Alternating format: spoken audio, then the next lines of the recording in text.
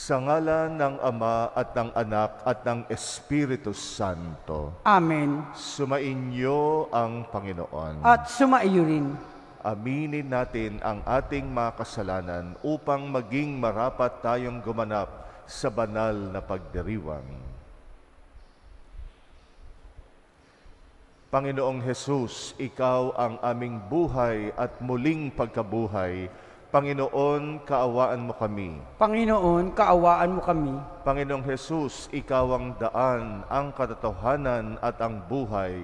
Kristo, kaawaan mo kami. Kristo, kaawaan mo kami. Panginoong Hesus, Ikaw ang aming mabuting pastol at kaibigan.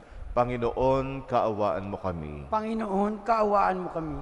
Kaawaan tayo ng makapangyarihang Diyos, patawarin tayo sa ating mga kasalanan at patnubayan tayo sa buhay na walang hanggan. Amen. Manalangin tayo. Ama naming makapangyarihan, ipagkaloob mong kami maging marapat sa pagkabuhay na aming kinamtan sa binyag, upang ang pinagdiriwang namin ngayon ng buong galak ay siyang laging maging lakas para kami ay maligtas.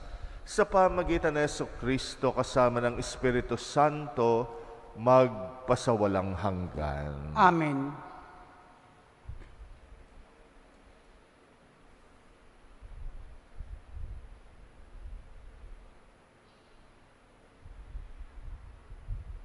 Pagbasa mula sa mga gawa ng mga apostol.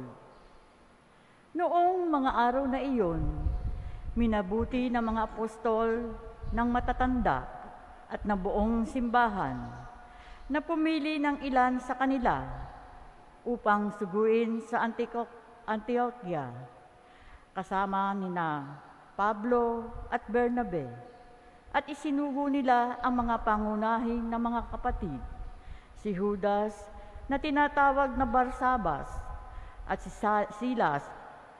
Ipinadalas nila ang sulat na ganito ang nilalaman.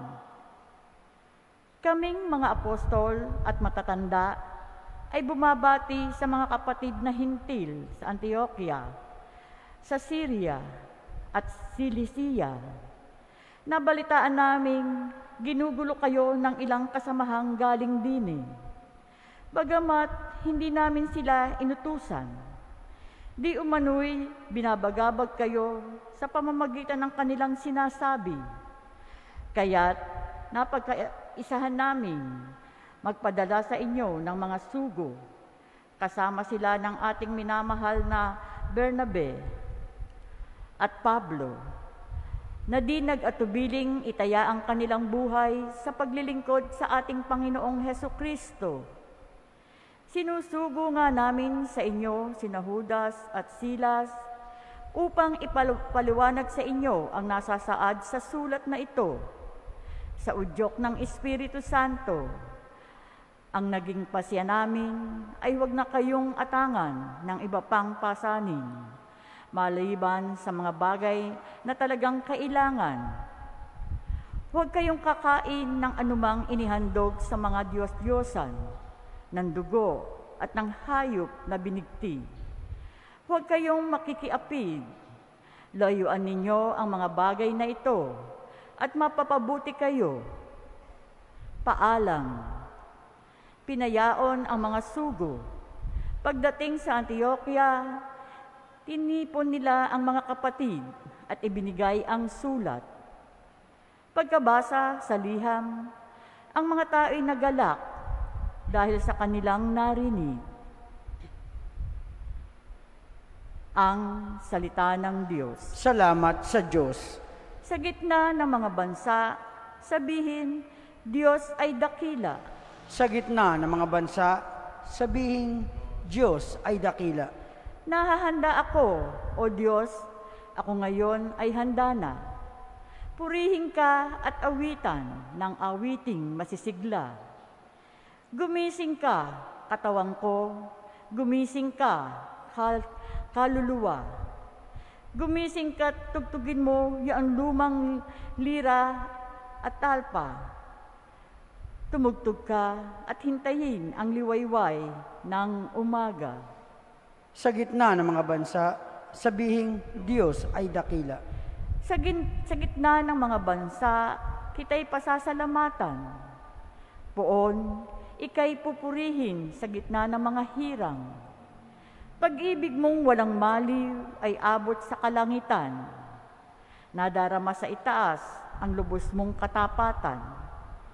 Ihayag mo sa itaas ang taglay mong kabantungan. Dito naman sa idaigdig ay iyong kaningningan. Sa gitna ng mga bansa, sabihing Diyos ay dakila.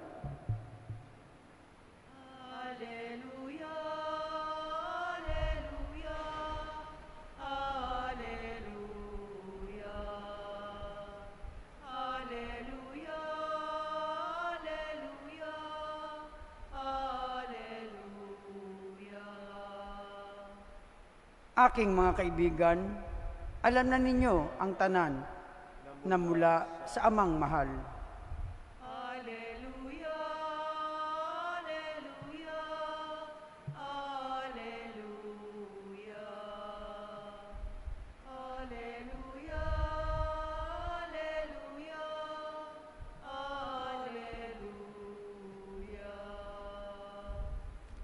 Sumainyo ang Panginoon. At sumaiyo rin Ang mabuting balita ng Panginoon ayon kay San Juan. papuri sa iyo, Panginoon.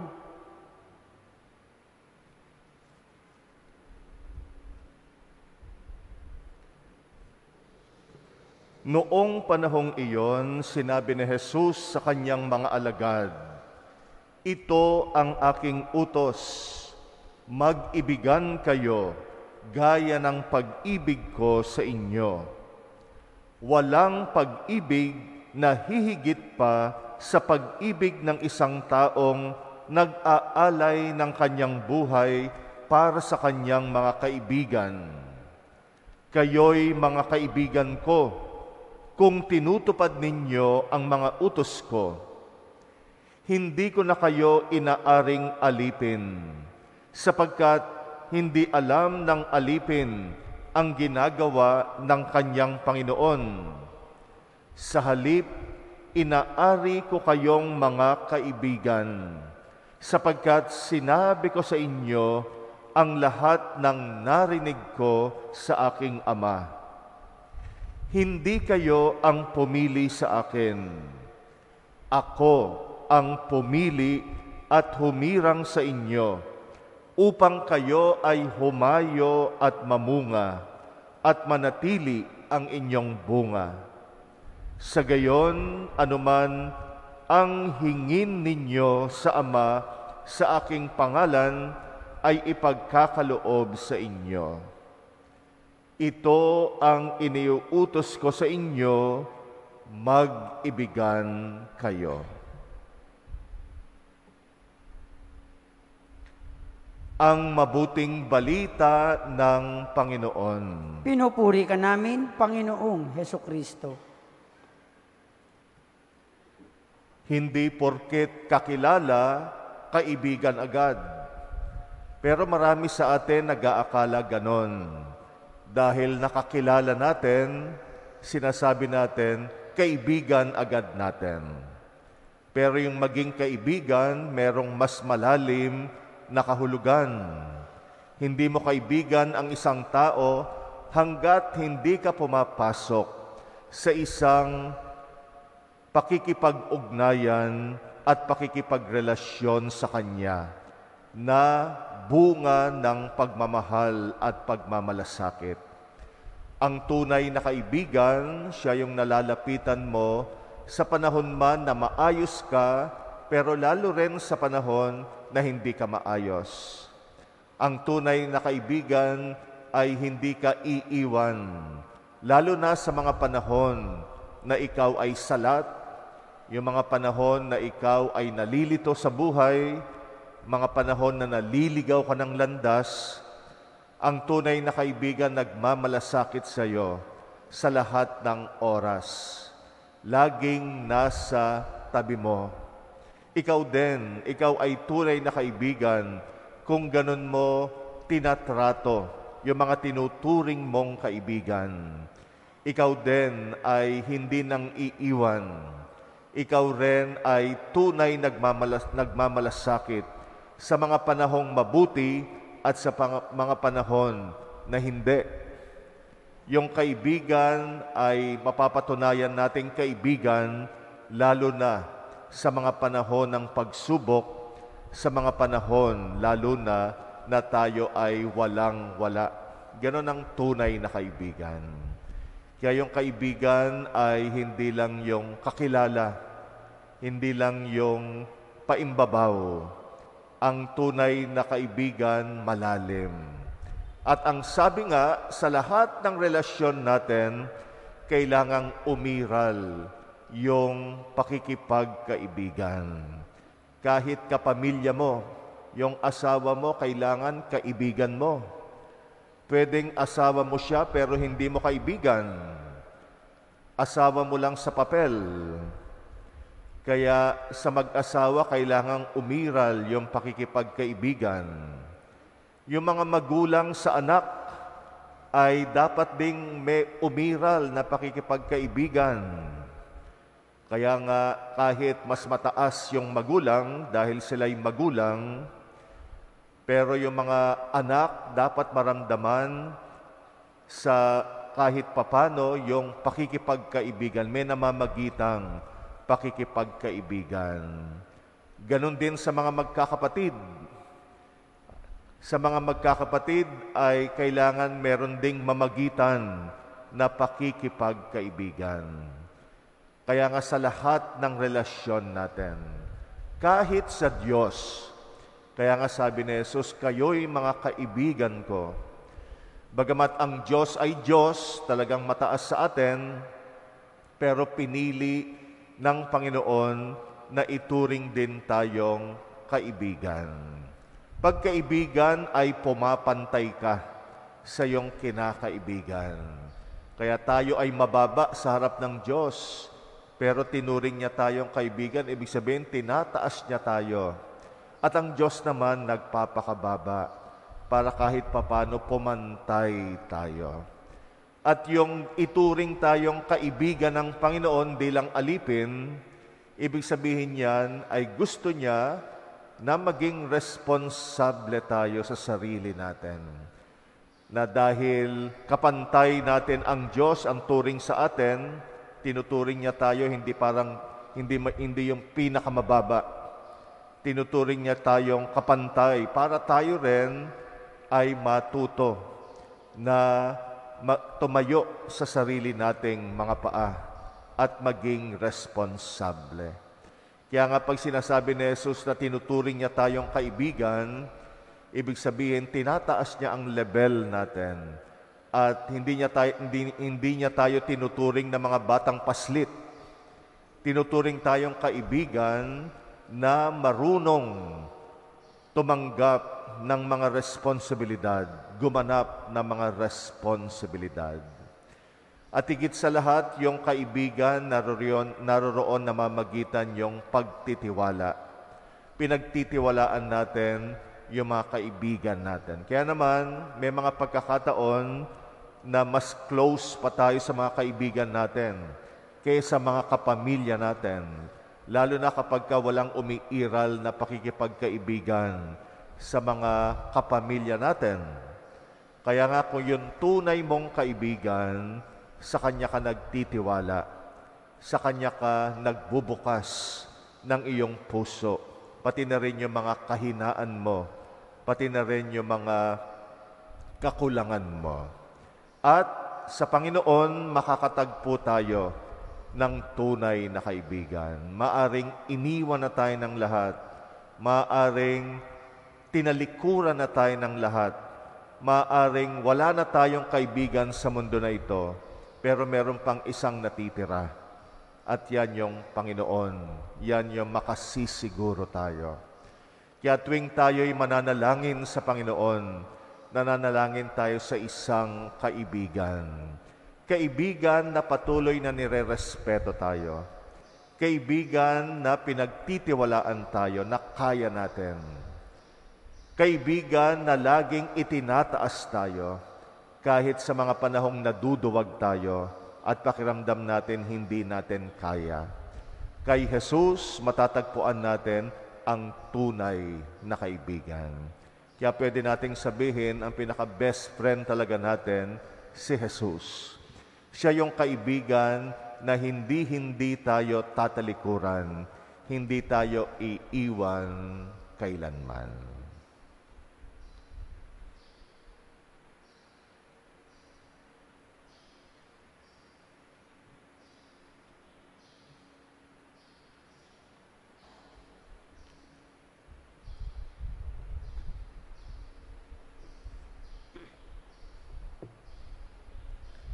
Tinatawag tayo ni Kristo na kanyang mga kaibigan at inuutusan tayong ibigin ang isa't isa.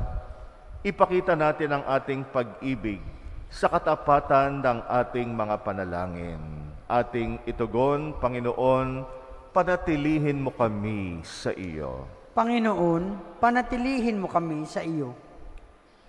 Ang mga tinawag upang mangaral ng Ebanghelyo sa anumang paraan naway magpahayag ng mabuting balita ng pag-ibig ng Diyos. Manalangin tayo sa Panginoon. Panginoon, panatilihin mo kami sa iyo. Ang mga namumunong politiko naway matakot sa Diyos at gawin ang nararapat ayon sa mga salita ni Kristo. Manalangin tayo sa Panginoon. Panginoon, panatilihin mo kami sa iyo. Ang mga mag-asawa naway isa puso ang utos ng Diyos na mag-ibigan kahit sa mga pagkakataon ng pagsubok. Manalangin tayo sa Panginoon. Panginoon, panatilihin mo kami sa iyo. Ang mga may sakit at may kapansanan naway makatagpo ng pagmamahal sa mga nangangalaga sa kanila. Manalangin tayo sa Panginoon. Panginoon, panatilihin mo kami sa iyo. Ang mga kapatid nating yumao, naway pagkalooban ng Diyos ng walang hanggang kapayapaan. Manalangin tayo sa Panginoon. Panginoon, panatilihin mo kami sa iyo. Tahimik nating idalangin ang ating mga personal na kahilingan. Ipanalangin natin mga kapatid at kaibigan nating nangangailangan at pinangakuan natin ng ating panalangin. Ipagdasal din natin ang intensyon ng mga kapatid nating nagpapamisa sa pagdiriwang na ito.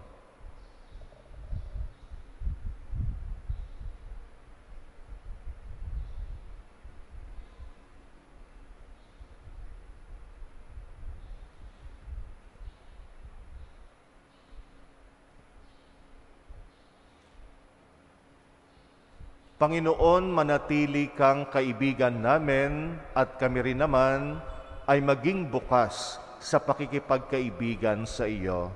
Tulungan mo kaming maging responsable at huwag mo nawa kaming iwan, lalo na sa mga panahon ng pagsubok at ng panahon na kami ay naliligaw ng landas. Ikaw ang aming tanging pag-asa.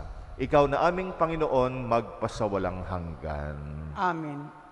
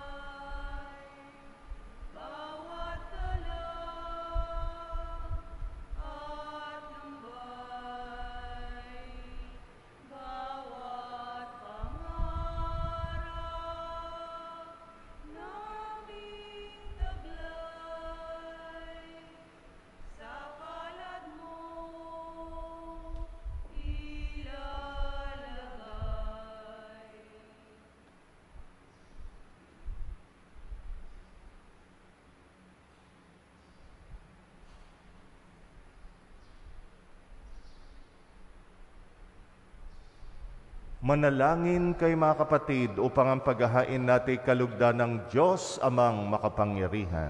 Tanggapin nawa ng Panginoon itong paghahain sa iyong mga kamay, sa kapurihan niya at karangalan, sa ating kapakinabangan at sa buong sambayanan niyang banal. Ama naming lumikha, para mo ng awa, gawin mong banal ang mga alay naming iyo sanang kalugdan, at kami gawin mong haing sa iyo'y laging nakalaan, sa pamagitan ni Jesucristo kasama ng Espiritu Santo, magpasawalang hanggan. Amen. Sumainyo ang Panginoon. At sumaiyo rin. Itaas sa Diyos ang inyong puso at diwa. Itinas na namin sa Panginoon. Pasalamatan natin ang Panginoong ating Diyos. Marapat na siya'y pasalamatan. Ama naming makapangyarihan, tunay ngang marapat na ika'y aming pasalamatan. Ngayong ipinagdiriwang ang paghahain ng Mesiyas, ang maamong tupa na tumubos sa aming lahat. Ang katawan ng anak mong sa krus na bayubay ay handog ng pag-ibig na walang kapantay. Ito ang paghahaing ganap mong kinalugdan, ito ang nilunggati ng dating pag-aalay. Ang buong sarili ng anak mong si Jesus ay inihain sa iyo upang kami matubos. Siya ang dambanat paring naghahandog, siya pa rin ang tupang handog na ibinukod. Kaya kaisa ng mga anghel na nagsisiawit ng papuri sa iyo, nang walang humpay sa kalangitan kami nagbubunyi sa iyong kadakilaan. Santo, Santo, Santo, Panginoong Diyos ng mga hukbo, napupuno ang langit at lupa ng kadakilaan mo. Hosana sa kaitaasan, pinagpala ang naparirito sa ngalan ng Panginoon. Hosana sa kaitaasan. Ama naming banal, ikaw ang bukal ng tanang kabanalan, kaya't sa pamagitan ng iyong Espiritu gawin mong banal ang mga kaloob na ito pang para sa amin ay maging katawan at dugo ng aming Panginoong Jesucristo. Bago niya pinagtisang kusang loob na maging handog, hinawakan niya ang tinapay, pinasalamatan kanya, pinaghati-hati niya yon, iniabot sa kanya mga alagad at sinabi, tanggapin ninyong lahat ito at kanin. Ito ang aking katawan na ihahandog para sa inyo.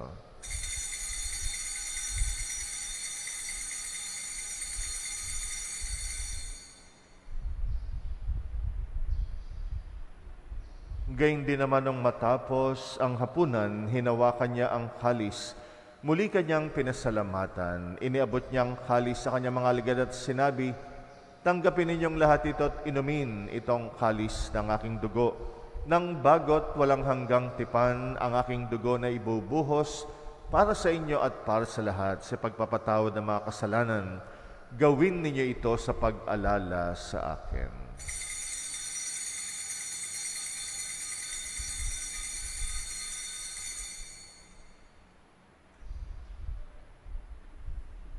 Ang misteryo ng pananampalataya. Si Kristo ay gunitain, sarili ay inihain. Bilang pagkain inumin, pinagsasaluhan natin hanggang sa siya'y dumating. Ama, ginagawa namin ngayon ang pag-alala sa pagkamatay at muling pagkabuhay ng iyong anak. Kaya't inaalay namin sa iyong tinapay na nagbibigay buhay at tanghalis na nagkakaloob ng kaligtasan. Kami nagpapasalamat dahil kami yung minarapat at tumayo sa harap mo para maglingkod sa iyo. Isinasamo namin kaming magsasalo sa katawan at dugo ni Kristo'y mabuklod sa pagkakaisa sa pamagitan ng Espiritu Santo. Alalahanin mo rin ang mga kapatid naming nahimlay na may pag-asang sila'y muling mabubuhay. Gayon din ang lahat ng mga pumanaw. Kawaan mo sila at patuloyin sa iyong kaliwanagan. Kawaan mo at pagindapatin kaming lahat makasalo sa iyong buhay na walang wakas. Kaysa ng mahal na Birheng Maria na ina ng Diyos, ng kabiyak ng puso niyang si San Jose, kaysa ng mga apostol at ang lahat ng mga banal na namuhay dito sa daigdig ng kalugod-lugod sa iyo, may pagdiwang nawa namin ang pagpupuri sa ikrarangal mo sa pamagitan ng iyong anak na aming Panginoong Hesukristo. Sa pamamagitan ni Kristo kasama niya at sa Kanya, ang lahat ng parangal at papuri ay sa iyo, Diyos Amang makapangyarihan, kasama ng Espiritu Santo, magpasawalang hanggan.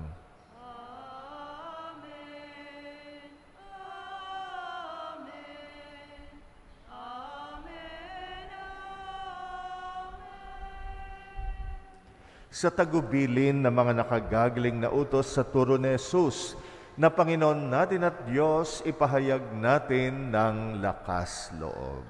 Ama namin, Sumasalangit ka, sambahin ang ngalan mo, mapasa amin ang kaharian mo, sundin ang loob mo, dito sa lupa para nang sa langit.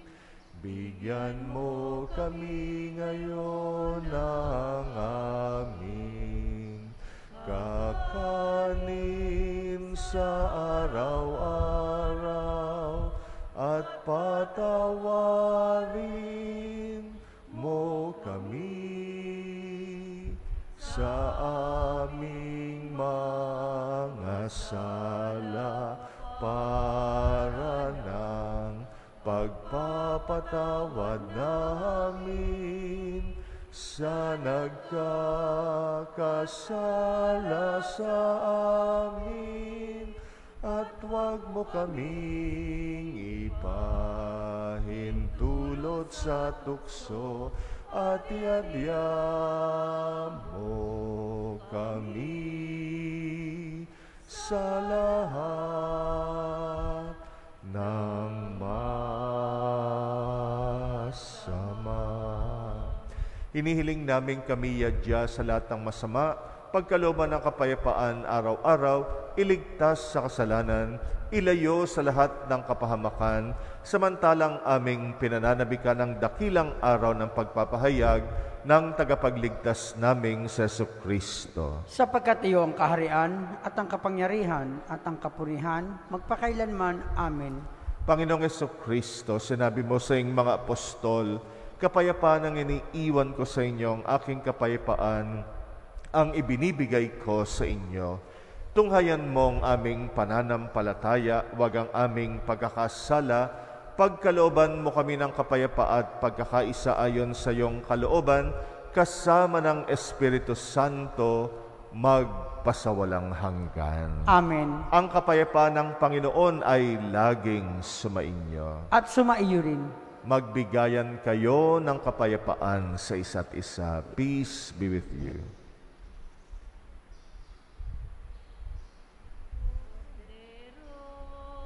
ng Diyos, na nag-aalis ng mga kasalanan ng sanlibutan, maawa ka. Kordero ng Diyos, na nag-aalis ng mga kasalanan ng sanlibutan, maawa ka. Kordero ng Diyos, na nag-aalis ng mga kasalanan, ipagkaloob mo sa amin ang kapayapaan.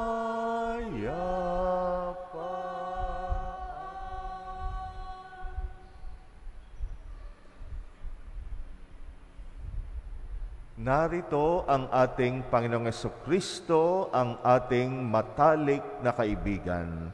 Siya ang kordero ng Diyos na nag-aalis ng mga kasalanan ng sanlibutan. Mapalad ang mga inaanyayahan sa kanyang piging. Panginoon, hindi ako karapat-dapat na magpatuloy sa iyo, ngunit sa isang salita mo lamang ay gagaling na ako.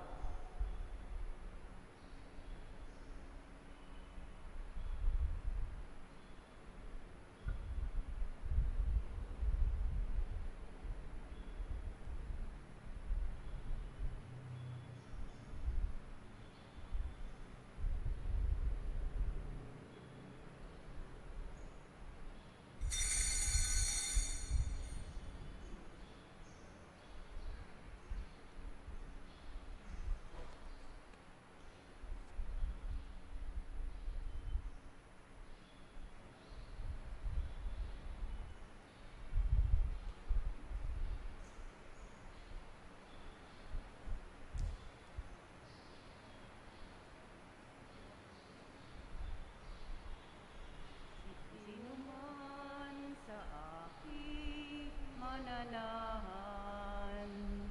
Mananahan din ako sa Kanya. At kung siya'y mamunga ng masagana, siya sa Ama'y nagbigay ng karangalan. Mula ngayon, kayo'y aking kaibigan. Hinango sa dilim at kababaan. Ang kaibigay mag-aalay ng sarili niyang buhay, walang hihigit sa yaring pag-aalay. Paanong mahal ako ng aking Ama, sa inyo'y aking ipinadarama. Sa pag-ibig ko, kayo sana ay manahan, at bilin ko sa inyo ay magmahalan. Mula ngayon, kayo'y aking kaibigan. Hinango sa dilim at kababaan. Ang kaibigay mag-aalay ng sarili niyang buhay, walang hihigit sa yaring pag-aalay.